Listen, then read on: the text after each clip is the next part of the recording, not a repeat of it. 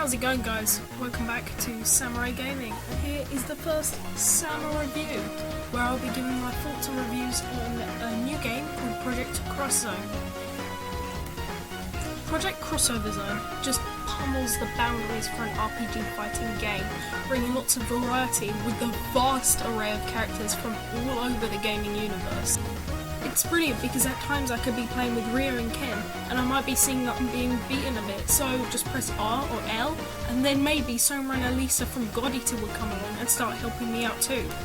The only downside to this is because of the vast array of characters, people were expecting a lot of characters and they just didn't turn up. Like, this extremely annoyed lots of Sega fans because they were hoping Sonic the Hedgehog would be in this game. He wasn't in it, even though their most popular characters were meant to be in this.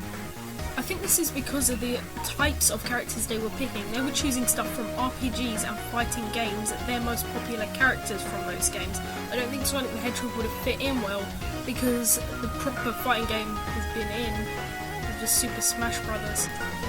There's only one thing I thought that they could probably change about the characters, and I think that's probably if Nintendo actually added some characters. It may seem a bit stupid, but think about it. They're producing it on the 3DS, which is by Nintendo, and they have all the rights to whatever game they publish on that system. So they could add some Nintendo characters if they wanted to. All it is I think it would be pretty cool if you're playing with Bowser, Mario, Mega Man, and then Soma and Elisa. Then you've got Ryu and Ken all over this universe, Sakura as well. They're all playing to defeat this same monster. It's just immense. If they had those characters, I think it would suit a larger array of audiences. Well, the style of the game is a bit hard to get used to since there's no proper movement, and I was trying to tap left and right on the D-pad, but yet nothing was happening. And yet you have to use combo moves and stuff. It just gets a little bit confusing after a while because you get stuff like D, S, and some weird symbols. I'm not quite sure. I'm mixing up the total new. You probably know what I mean.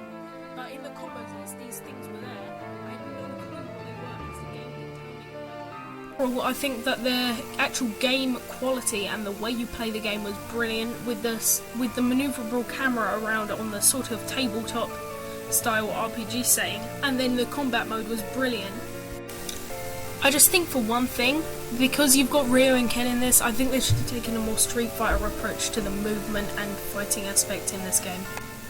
I think you shouldn't introduce somebody to the RPG fighting genre by introducing them with this game, just because of the sheer fact that the characters, you need to know their backstories outside of the game, otherwise most sort of things happening alongside the storyline won't make sense at all. But thankfully I've played a lot of the games that the people in, like Arthur from Ghosts and Goblins, Mega Man, you've got Ryu and Ken. A lot of people are from commercial games which you probably have already heard of. So I think it would be good for somebody who's probably, I don't know, I'd say intermediate in the RPG fighting genre.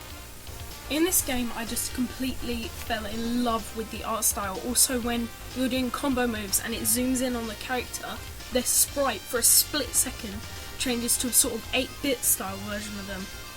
I know it may seem, if you play it, you may think it's just because it's zooming in on the pixels and they look bigger. It's actually not. They actually changed the sprite.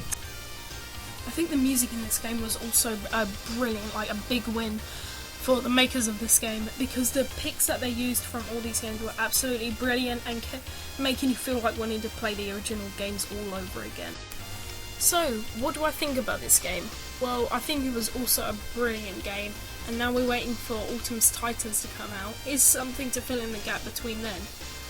But, so I think I'd give it, for the overall game quality, I'd give it 4.5 shurikens out of 5. I think it was brilliant ideas and stuff, but the only problem is just that the fighting aspect is extremely hard to get used to. I think if they changed that with movement in it, I think it would have helped us a lot.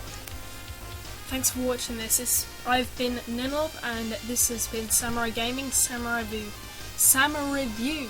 Cannot get that right today.